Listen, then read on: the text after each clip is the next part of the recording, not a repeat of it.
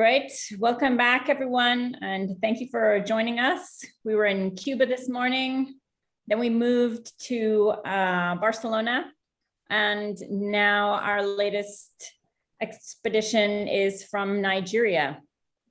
So this is the Doing Well, Doing Good expedition, and we have joining us Ayodeji Balogun from Nigeria. He's the CEO of AFEX. And just to kick off the expedition today, we have a short video to show you, which will give you some background on the AFEX organization and what Deji has been able to do. So we can start the video.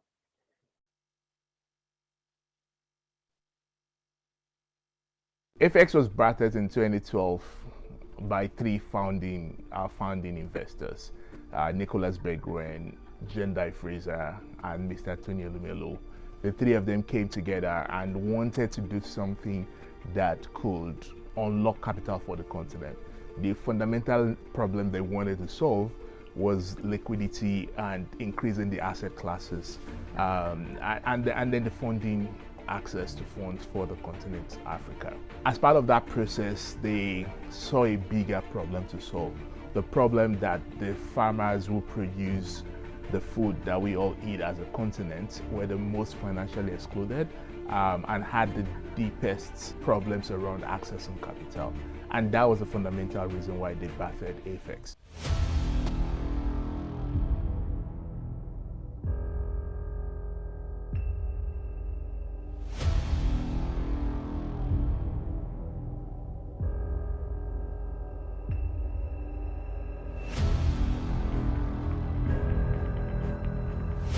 At AFEX, our mantra is so easy. The first thing is improving the livelihood of the farmers. Secondly, we ensure we strengthen the community of those farmers. Then lastly, we introduce technology for future development and youth encouragement into agriculture. We are working towards achieving this by providing financial inclusion to smallholder farmers, as well as creating processes and products that will make it easy for the capital market and the public to be a part of the commodities ecosystem. When we look at agriculture and the entire food systems in Africa, there are three things that we have to solve for.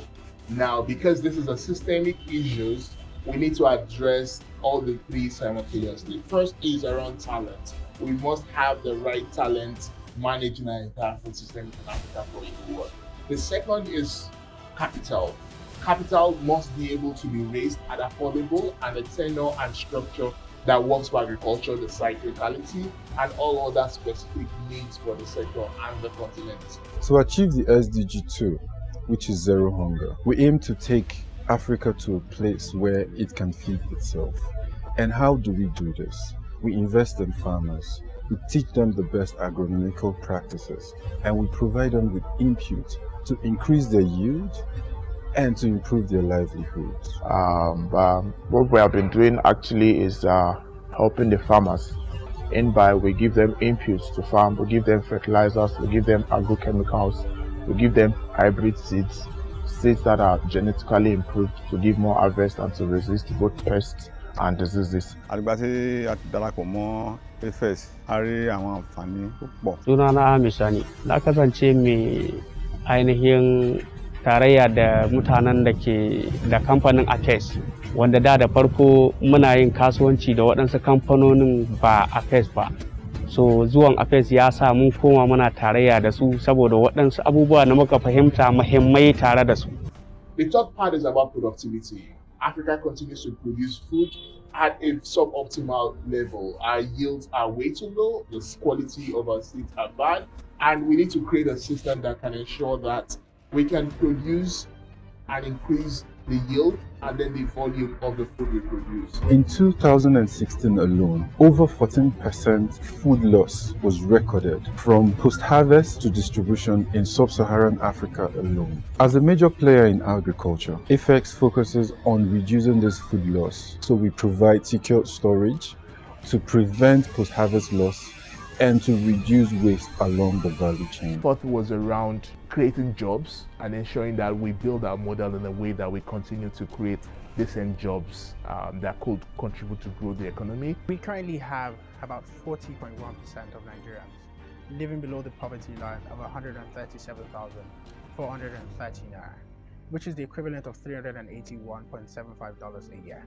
Amongst these people are farmers in the northern regions of the country who are currently at risk of food insecurity, amongst other needs. We do all our possible best to end poverty to our farmers by providing them with all the necessary things they require for their farming. Fara amfani da wannan kungiya ta AFES yanzu na ci gaba ne sosai ba wai ƙasa ba. Yanzu dalilin AFES yanzu gashi na yi gine-ginen shago suna na a bakin hanya. Kuma sannan na ga gidana nan na sai a dalilin AFES ne. Sannan ga gini na fara magana kuma ina da shanu na yanzu haka suna can. Da haka wannan kungiya ba abun da za mu yi mata sai dai addu'a. As a business in 2025, we want to ensure that we had 1 million farmers that were rich, earning way above national average, had no problem around food security, could have food assurances of food year round. We had gender inclusion, and 35% of our beneficiary will be women and women-led farms and enterprises. FX has really changed the life of natural women because so many of them have now owned land properties from working with FX. This is a group of smallholder female farmers that when we encountered them had issues accessing inputs and financing due to the Nigerian environment for the smallholder farmer. Following our engagement, we were able to grow this 300 female smallholder farmers to over 8,200, and our relationship is still going strong. These farmers have experienced over 50% increase in both their value and their volume, and they continue to be one of our stellar members on the exchange. Ni ce mai suna Dija Sani, sakatariya ta Nasarawa. Ina nuna godiya ta ga wannan kamfani FX. Da ba na iya samun takin da zan mallaki gonakina, amma yanzu ta alherin Allah ina samu amma in ba ma waɗansu. Ina samu ta dalilin haka na samu karuwa gonaki amma in samu watan karɓa a haka a waje. Gaskiya mun gode da abin da suke yi. Allah ya ci gaba da ƙara ƙarfafa su. The word Project Black Elephant came in because we acknowledge the enormity and the difficulty of the task that we were willing to take on, but we also fundamentally understood the importance why Africa must be able to feed itself. Our mission statement was absolutely clear, one that we all connected with, which is the capacity of the continent to be able to feed itself in our lifetime. When I look at myself 30 years from now, I want to be able to look back and see a continent that is feeding the rest of the world. I want to see a continent that is basking in prosperity, that has a full and mature markets, interoperability across with the Africa Continental Free Trade Agreements being at full implementation and even multiple evolutions. I want to see a continent with no poor person and no person sleeping hungry.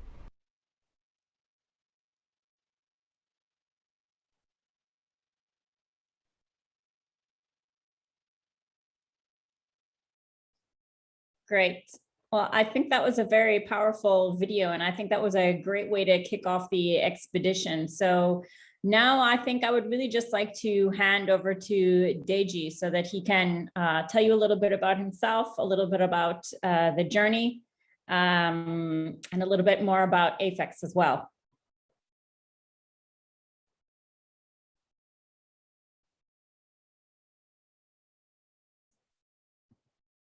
So Deji, here and welcome to Nigeria.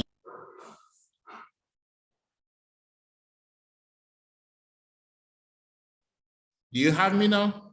I have you, go ahead. Okay, great. Welcome to Nigeria. It's great to have you all here with me. We're going to share the story, my story, how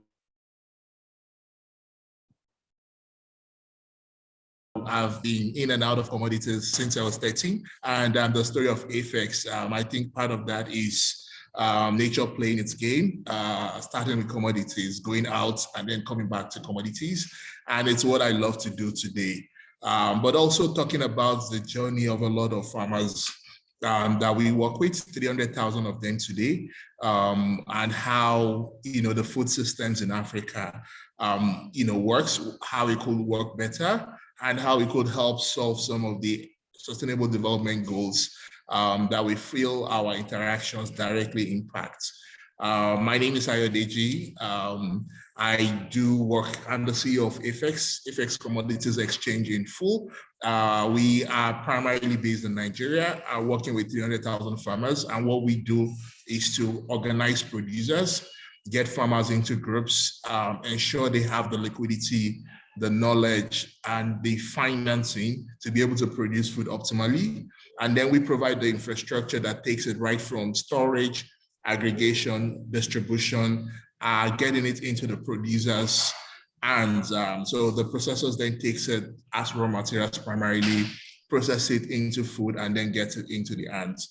Part of what we do as a commodities exchange is that we are a capital markets system. So we do also make a connection to investors, and we allow them to be able to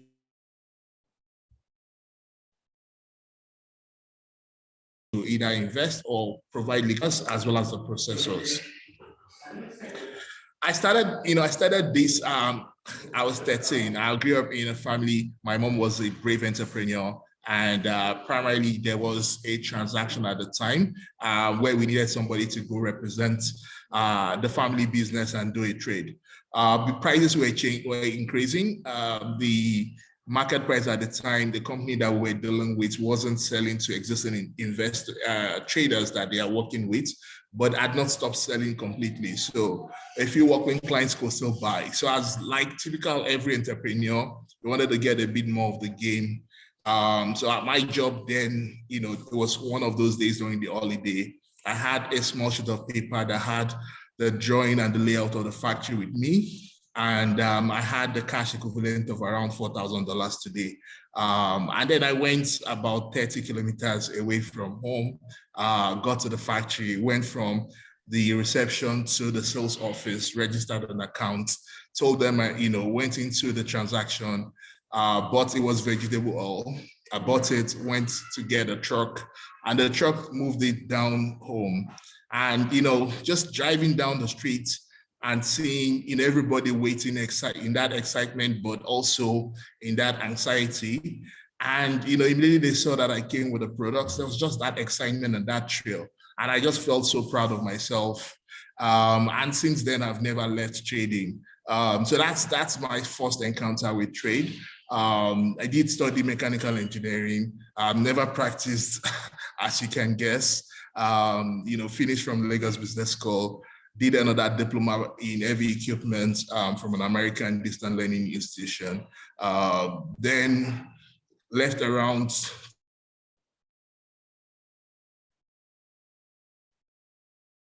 then focused mostly around distribution of FMCGs, fast moving consumer goods, but also trading commodities across the West African countries. So we will typically go to Republic of Benin, which is a country bordering Nigeria to the east, buy commodities, move it across the border, sell it into different cities in Nigeria, buy from factories down the southern ports, and then move it up to sell to some of the other parts of the country. And I did this, then I had that question of how do you, one of the big questions through that 5 years was that building a business was different from building an institution. And I felt like the business that we run and the ways we ran the business could not outlive the founders. They had that single challenge of not being able to transit from if it got to second generation, probably wouldn't be able to get to third generation. And that institutionalization was the big question I had. And that led me to an MBA program at Lagos Business School. Did the MBA, came out of that. And I think the 2 years on the MBA program, the 2 years learning a lot of the theory, backing how to run and grow a business, but having many years of being in the other side, making a lot of those mistakes before coming into the MBA program, just sort of reawakened a different part of me, the part of me that had a big question around how can how can we reduce the number of African businesses that had to go through that whole grill and that whole level of challenges? And that sort of pivoted my career post-MBA. So I went into a foundation cum family office that focused on competitiveness of the African continent. And my job was to work on the policy team, working with governments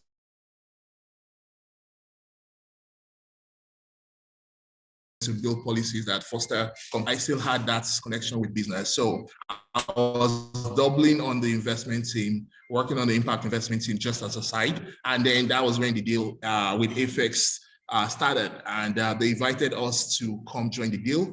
When we closed the deal, I told my boss that, you know, this looks like what I want. It brings in the three things I'm probably most excited about: finance, technology, and agriculture. And it brings it to solve one of the biggest problems of our generation on the continent, which is around food security. And COVID, you know, this last 18 months have made us see that, you know, food security is probably going to be the biggest challenge that our generation will face. And then also things around climate change and its impact on the broader food systems. You know, and that sort of was what I wanted. It took me back to commodities. I joined Afex. I got in some sweat equity, was part of it from pre-business plan into the first draft business plan. And it's almost 10 years now.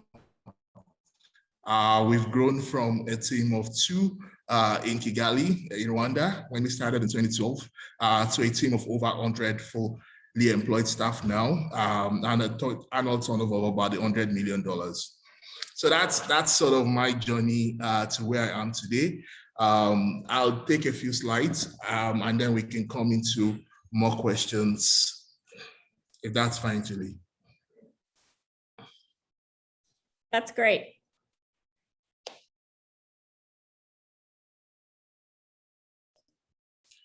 Okay. So we're looking at, and I think the video helps to sort of paint a picture into rural Nigeria.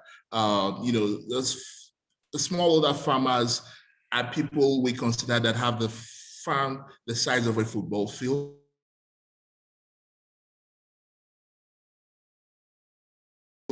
Typically, they get 1 kg of food, you know, mostly it's grains and cereals, and then they would alternate with other crops to be able to produce. Their actual average earning is about $1,500 to $2,000 per annum. They earn once in a year primarily, and then have a lot of other smaller income. Now, this group of people are the ones that produce 85 to 90% of the food we consume on the continent. In Nigeria, for instance, we have 17 million smallholder farmers growing crops. Across Africa, the number is estimated at 350 million smallholder farmers that grow crops. Move on.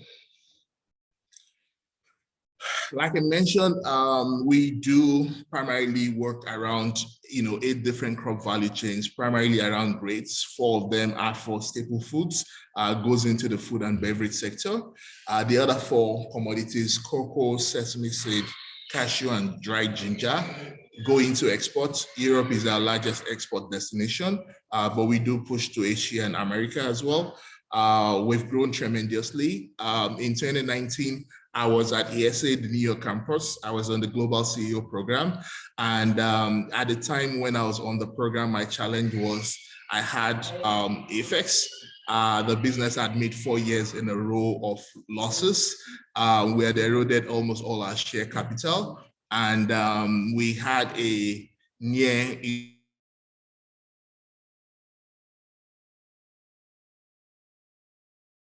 insolvency situation, bringing an additional investor, but making a very huge transition in terms of the business model, but continuously, you know, making sure that we could also, while we were tweaking the business model to ensure it was profitable, we didn't lose sight of the impact that was the real calling why it was established. That was my challenge. Julie was my big cheerleader in the room. And I got the support of the whole class. I got the support of the professors as well. But also it gave me the confidence to come back home. And 18 months after that now, we got into COVID. 2 years after 2020, we did close 2020 profitably. And 2022, we've even made about 3 times of the profit we made in 2020 year to date. So it's been tremendous growth. I'm proud of the knowledge and the opportunity to be here to share that experience and what we do. Next slide. Next. So in terms of, one of the things that we've also done is to sort of codify, what we do, and besides how that business model translates into the profits and the numbers, but also what are the transmission effects to the problems we seek to solve, and how can we track those outcomes, with the lens of the Sustainable Development Goals. So primarily 3 areas of activities for us at FX. First is physical trades. We like to describe ourselves as traders, commodity trading primarily. Second is capacity building, financial inclusion, building the productivity, the capacity of farmers to produce more efficiently and more optimally. Third is around financial markets technology and that whole digitization of commodities and enabling the transition from commodities into capital. When we have this, and we do it quite well, we do have safety and healthy food systems with some value addition with processing.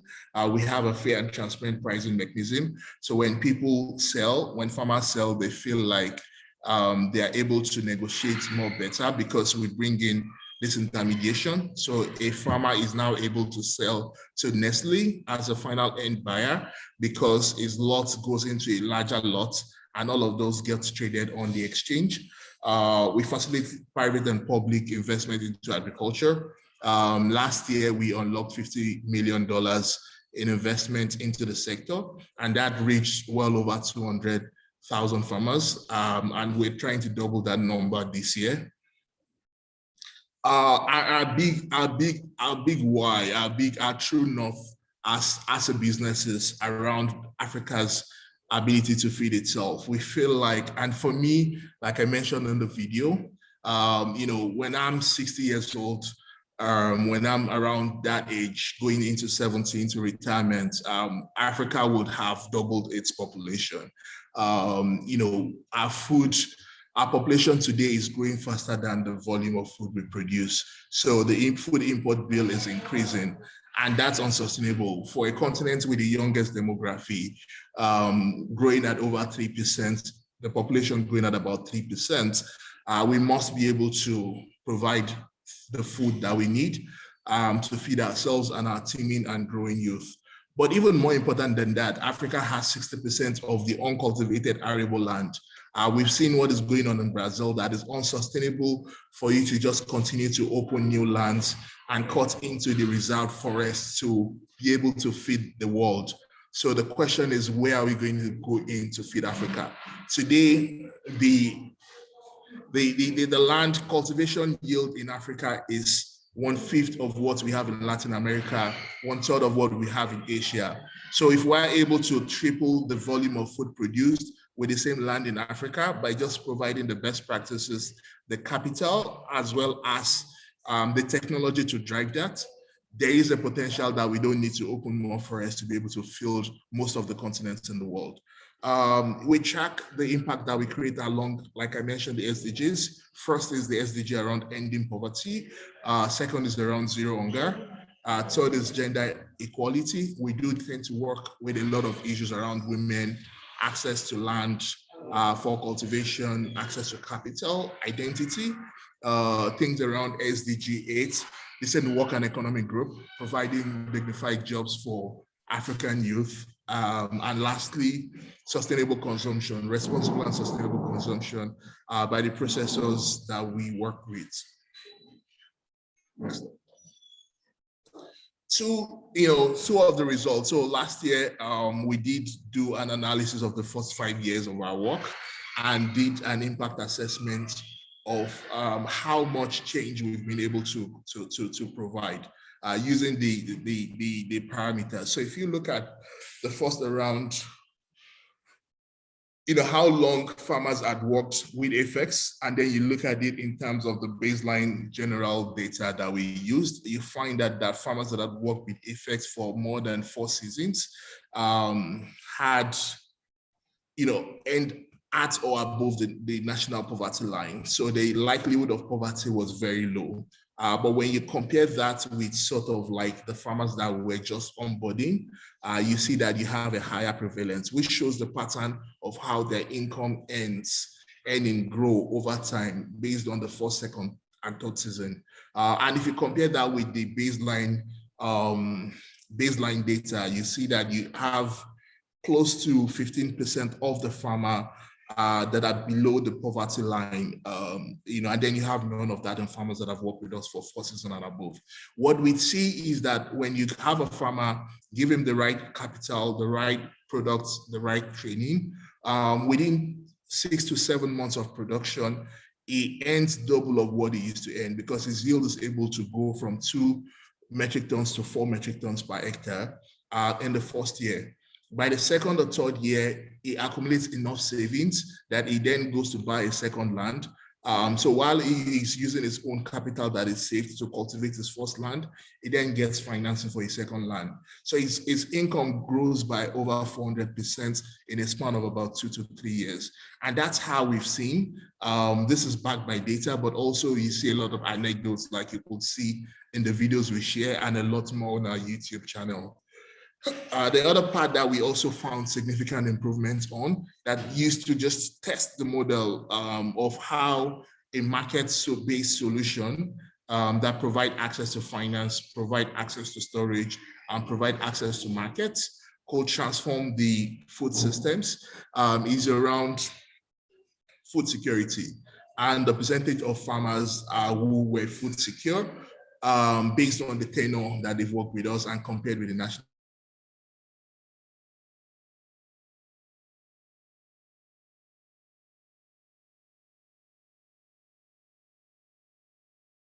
Fully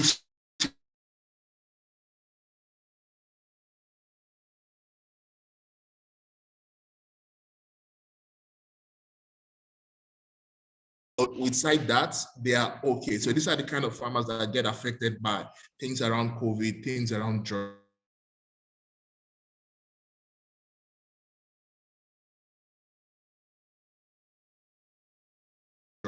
And what we've also been able to do is at their risk or their COVID. This wanted to share some of the data on what we found.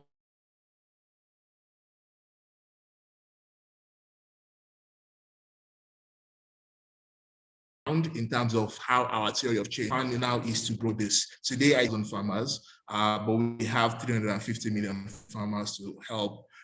This will not be by us.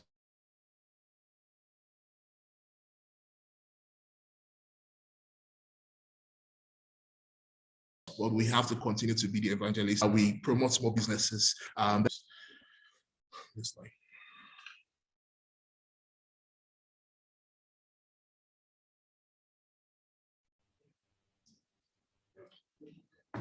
Okay.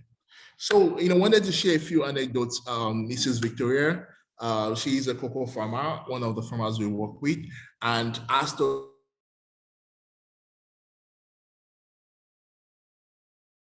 story is one of the stories you see around when she's able to then cater for a plant in Nigeria, about 200 kilometers from Lagos. What happened was that she had the land, half of the land was, cocoa is a tree crop. So every year you need to be able to pay for the labor to manage the land, be able to provide the insect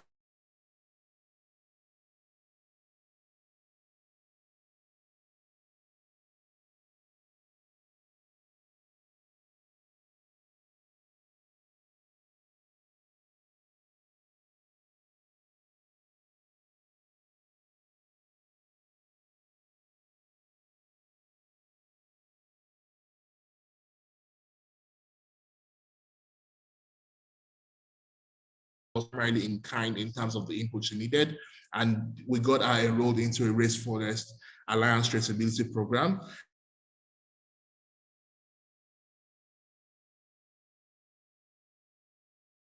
And that also gave her additional premium. You then see how that transformation happens. Next slide.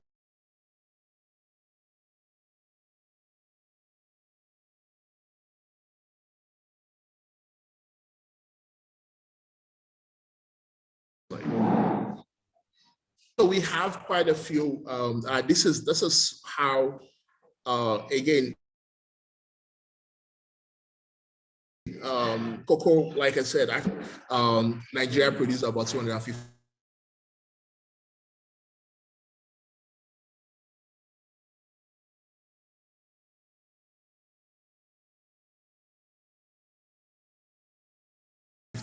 Metric tons. The next one, room for more questions after, is only one of the names that you get likened to Northern Nigeria is one of the names you get likened with Northern Nigeria is insecurity, Boko Haram, and the likes. And this stems from the the population of youths that are right on the streets, but are not fully engaged. They come out, and it's all tied to the family size, the socioeconomic instances, the level of education, and the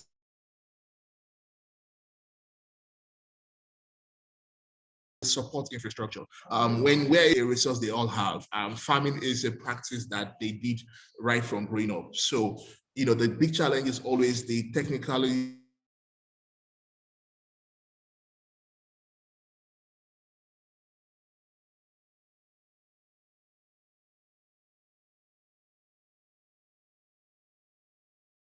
the knowledge to be able to produce.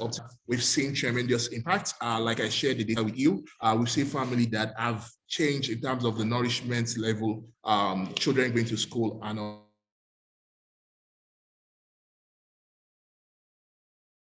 all of that. Thank you very much. I'll put it back to you.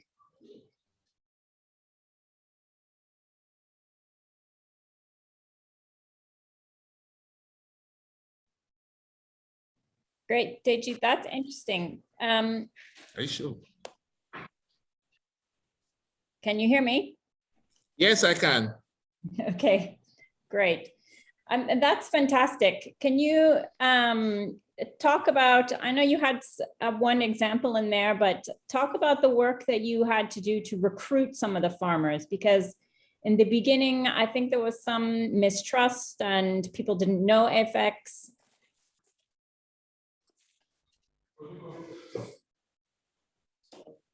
Yeah. Can you hear me? Yep, I can hear you now.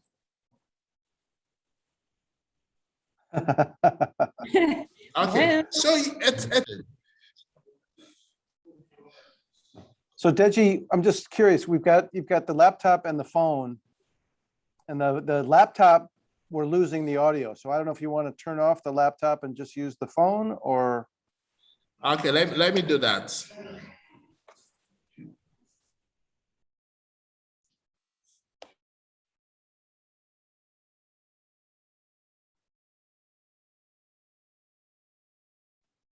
Is this audio better? Yes. Hopefully it'll be a little more stable. Yeah. Okay, so it is working with farmers. It's if you understand the dynamics, right? They end once in a year. They till the land, wait 6 months, harvest, process over another month or two, and then they come to sell. So it's 9 months of a wait period from when they start to invest financially, but a lot of labor and sweat. Then when they harvest, that is 80% of their annual income. So the relationship and the ties when they want to deal and transact is very much based around trust. They just don't sell to anybody because, and for us, we had the startup capital. We had investors that were patient, but not as patient enough. They never are. But we had to transact, and trust, is only built over time. So, that was a bit of a dynamics that we had to first. I think one of the things that worked was the ability to be able to sit down and listen to their problems. We had a mandate to build a commodities exchange. Commodities exchange is a very high finance, very finance intensive, very complex industry and sector. Here we are, we had customers that were almost all illiterate, and didn't want to trade because of trust. They didn't understand anything like forwards or swaps or things like that. And it was just that ability to say, what do you need? Which of these can we provide solutions for at scale and then can we eventually make profit doing? And that was how we then picked a few things. We zoomed very much into first access to finance to produce. Second is around storage, and third is around access to markets. But then when you want to construct the products for them, right? One of the very very early examples we had, and the point where I sort of felt like we knew the business we were in was a situation where one season was going out, farmers needed money to start planting, but there was lots and the market was very illiquid. Everybody knew 3 months down the line, prices will go up because the product was trading below the cost price. So nobody wanted to sell. But then if you didn't sell it, you don't have the cash to buy the fertilizer you need to go back to farm. And this was the conundrum we had. We sat with the farmers and the cooperatives. They said, we don't want to sell our product because the price is not good, but we need cash. And how did we figure it out? So it was almost like we're creating a forward contract plus a swap. We said, bring your grains to us. We're going to give you fertilizer today, and we'll hold and keep your grains for 3 months. I then went to somebody and say, sell fertilizer to me on credit. I'll pay you in 3 months' time. Then I got to the third guy and said, I have grains today. I don't want to sell it at today's price. Give me a price that I'll sell it to you in 3 months' time and pay me a premium on top of it. So I sold to somebody to be sold in 3 months forward. I bought fertilizer from somebody for 3 months supplier credits. And then I collected the grains from the farmers today and gave them fertilizer that they needed to plant. And this creativity, but primarily enterprises being able to put the farmer or the clients, could be in healthcare, could be in agriculture, could be in education, but putting the client at the center of your design and be humble enough to listen and hear them starts to build that trust process, because they feel like you're building a solution for them, not telling them what their problem is. And would you say, is that sort of your leadership style in general? You put the client at the center, and the whole business follows you with that attitude?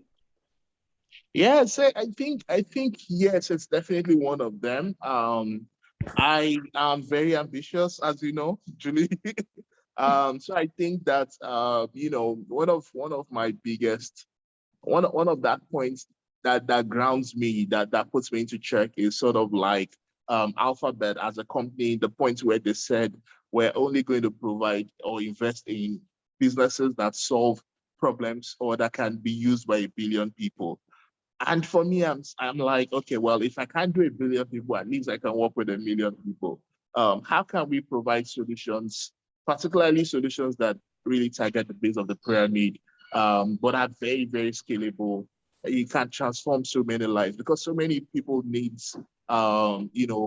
commercial capital, donor funds, and bilateral solutions would only go so far. It's only when you're able to attract commercial capital and investment into businesses that solve these problems that we can reach the Sustainable Development Goals over the next 10 years.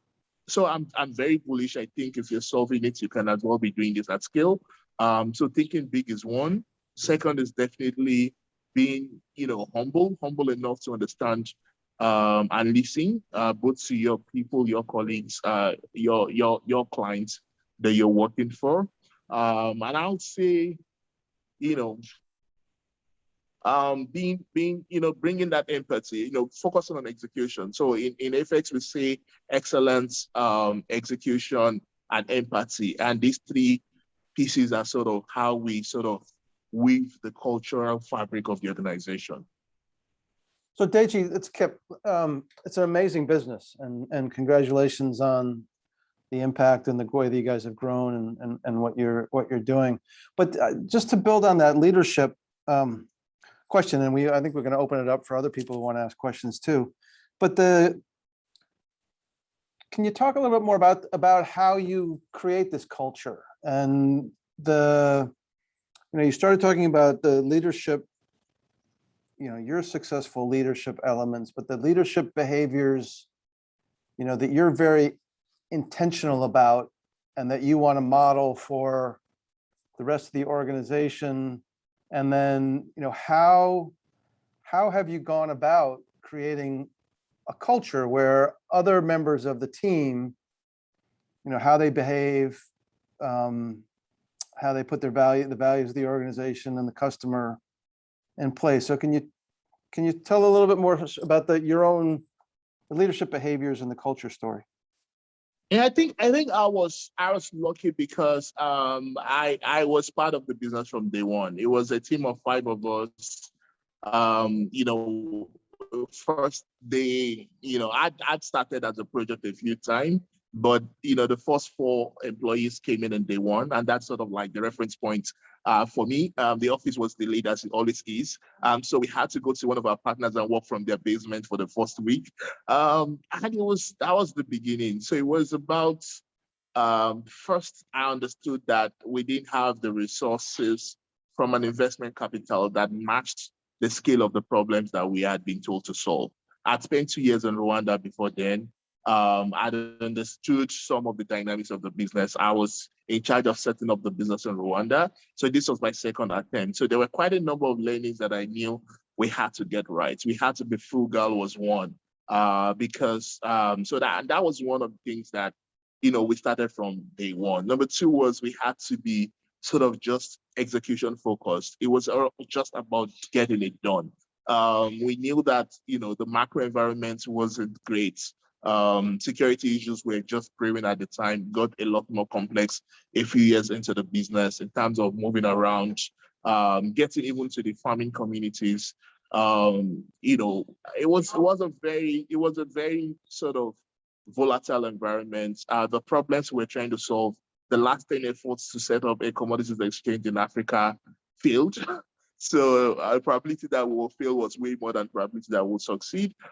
So we had to, because we then started from me and 4 other friends, one of my friends that was on my MBA classmate had joined me before, and then we brought in 4 more people. So it was 2 of us working from the room, one of the rooms in my building for 6 months, and then got 4 more people to join us to form the team, and then moved from then to a team of 30, to a team of 90, and downscaled back to a team of 60 because we had scaled too fast, and now to 300 people.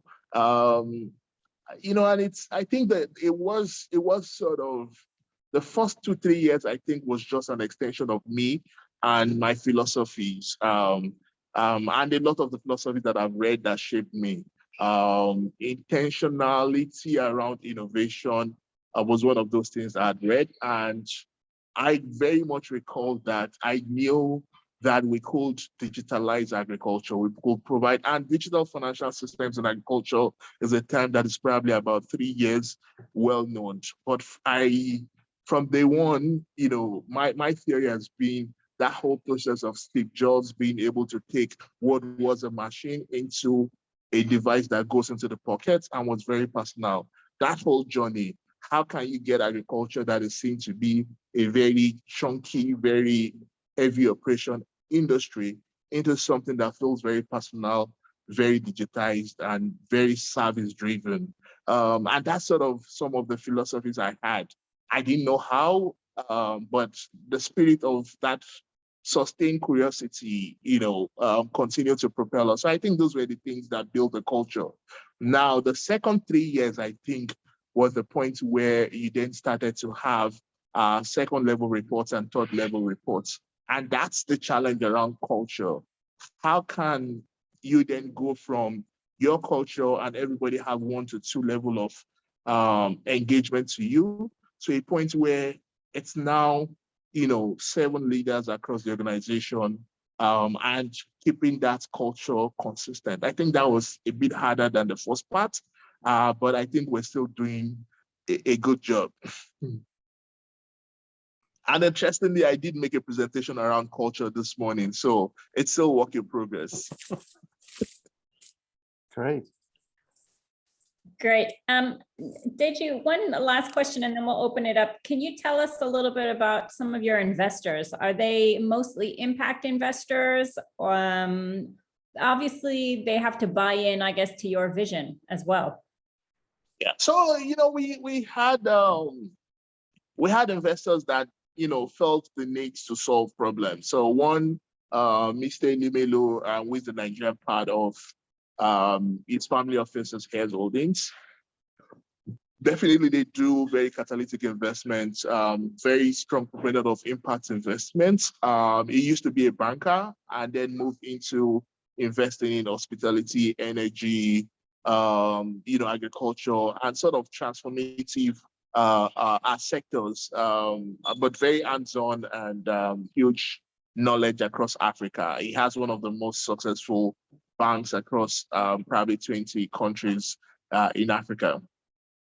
Begren Holdings, the family office from US, also never done business in Africa, never invested in Africa, primarily deals around hospitality, but it's someone that's sort of just, very curious about the future of the human generation, the future of our food systems, the future of, given and things like that. He's a very futurist. And the deal was not, so they also joined the team. We had Jendai Fraser. She is an expert on Africa, worked on the continent for so many years, was Undersecretary of the United States under President Bush. And she was sort of the African expert and brought in all the networks and connections. So we had that political connection. We had the capital, but then this was not a major investment for them. This was a problem they understood needed to be solved. They came together. It was almost like you meet as billionaires, meet over a problem and decide to commit a few $1 million to get it done. So we were, one of the things that worked for us is I could walk into a room and say, I invest.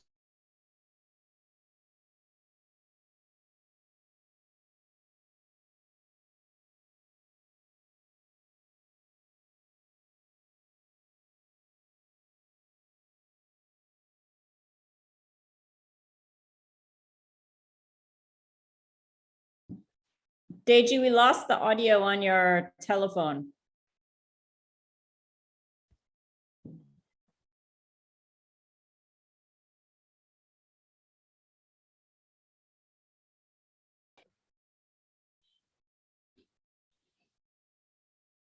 Hi, yeah, sorry, we lost the audio on your telephone.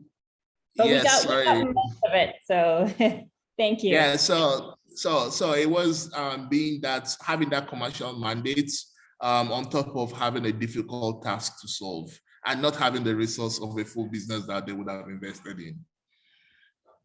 And I think that's one of these, the nuance around social entrepreneurship.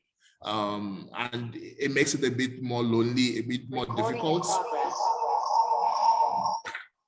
Oh.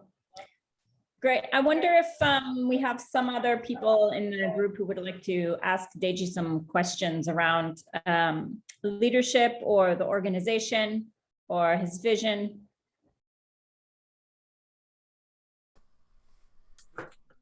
I'm wondering, what about you has changed the most? What don't you recognize about yourself several years later now?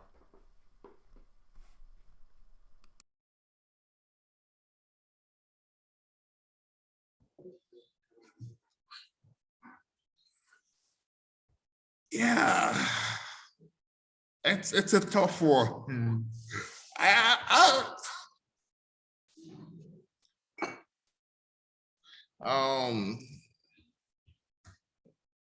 Sorry, trying to get the audio. It's good. We can hear you. Yeah, so I think there is that point of I would have said it's the ambition of, we made this work, let's conquer the continent, right? But I'm not sure that wasn't there. I think that's always been part of me. I still try to be as playful as I've always been, even in some of the very, very difficult times. But I'm also not as naive as I used to be 5 years ago. I'm not sure. Probably my wife would be a better person to answer that question. But that's a good one. No, don't let me faff around. I'll think about it. Yeah, it's it's sort of that phrase, I tried to change the world, I started by changing myself. That's the origin of the question, if you will. No, I think, and I said that at some point, nature brought me back to commodities some way. Found it when I was 13, stayed with it till I was 27. I got bored, went to business school, went into philanthropy, went into impact investments. But then I came back to it, and I feel like I'm with it for a long time now. Great. Yeah. Sabrina, I see you have your hand up. Did you have a question? Yes. Hello, everyone, and thank you so much for this very inspiring, how I say in English, inspiring song. So I was just to wonder, what is most challenge in your group of stakeholders?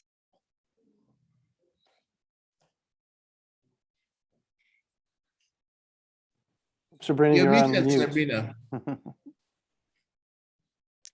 I'm sorry. Can you guys hear me now? Okay. So first of all, thank you so much for this wonderful speak. It's so inspiring.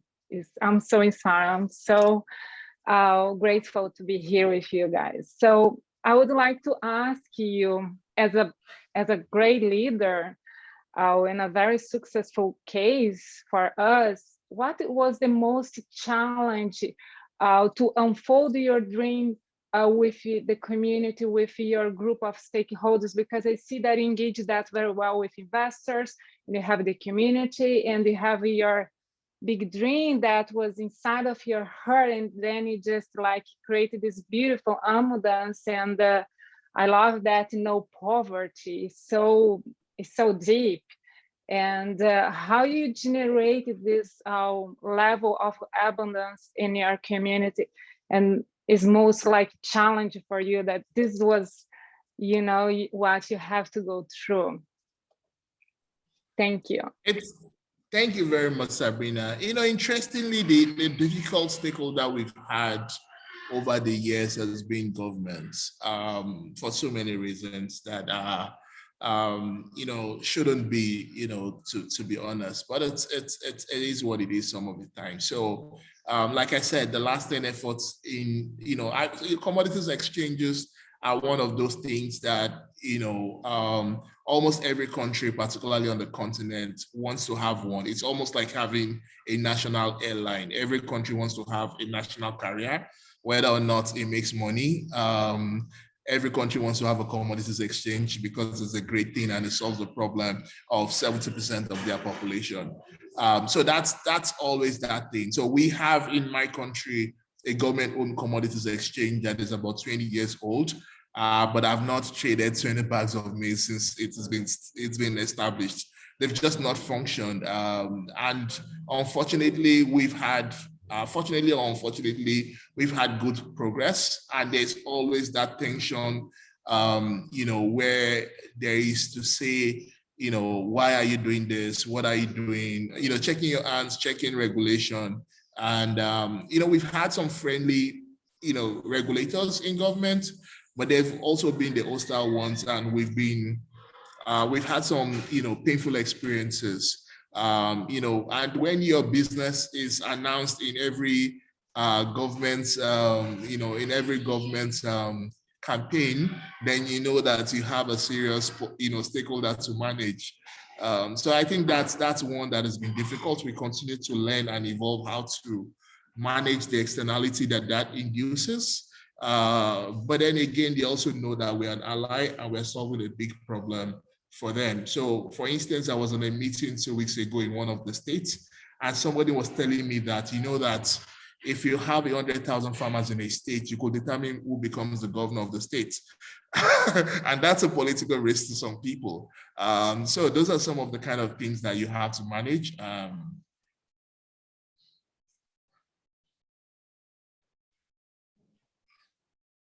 Yeah. Does anyone else have any questions for Deji?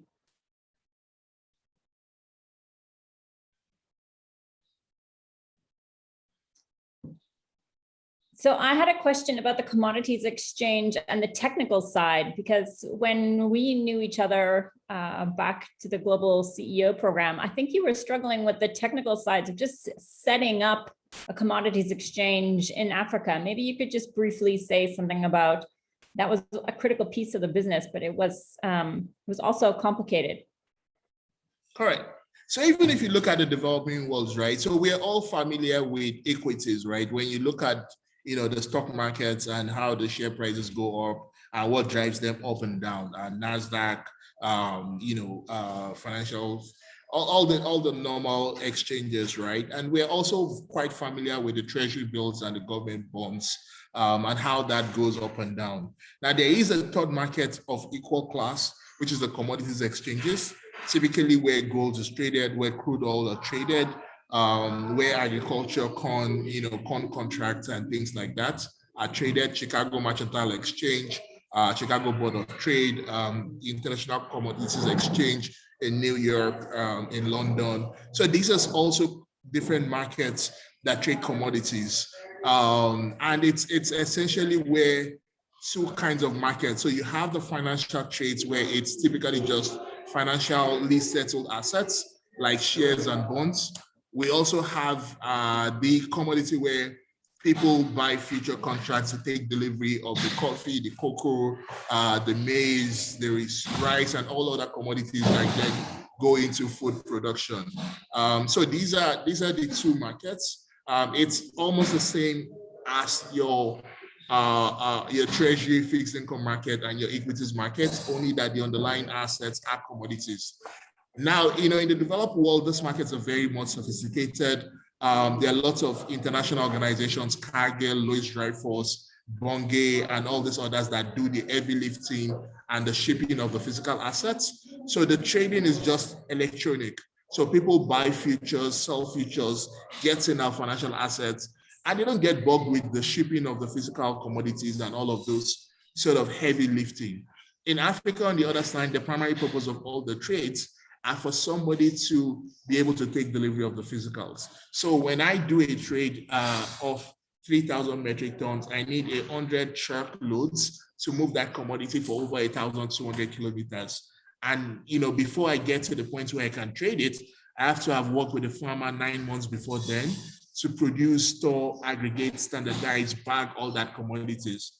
So in my world, it's not just the financial trade, it's the financial assets, it's the capital markets components and the regulation, but then there's now the physical world of working to the farmer to produce the grain, storing it, delivering it into the processor that needs to buy it, and all of that complexity that then comes into building a commodities exchange. I hope I didn't bore you. No, I love the handoff between the high tech and the low tech. And it always comes down to the personal touch and the relationships that you build with the farmer. And I think, it's obvious the type of person you are and the type of leader you are. And I think people trust you maybe for that reason. So I don't know if anyone else has any other questions. I just, wanted to thank you for your time, Deji. I know you're so busy. We really appreciated getting to hear a little bit about your story. Thank you. So thank you. If there are no more questions, then we will allow you, I think you're at a management retreat now, so we will allow you to get back. Thank you very much. And Mark, I'll give a thought to your question. Great. Ask your wife. Yeah. I'm sure she'll have a lot to say. Very good. Well, thank you so much for your time, Deji, and thank you for everyone who joined us on this expedition. Thank you.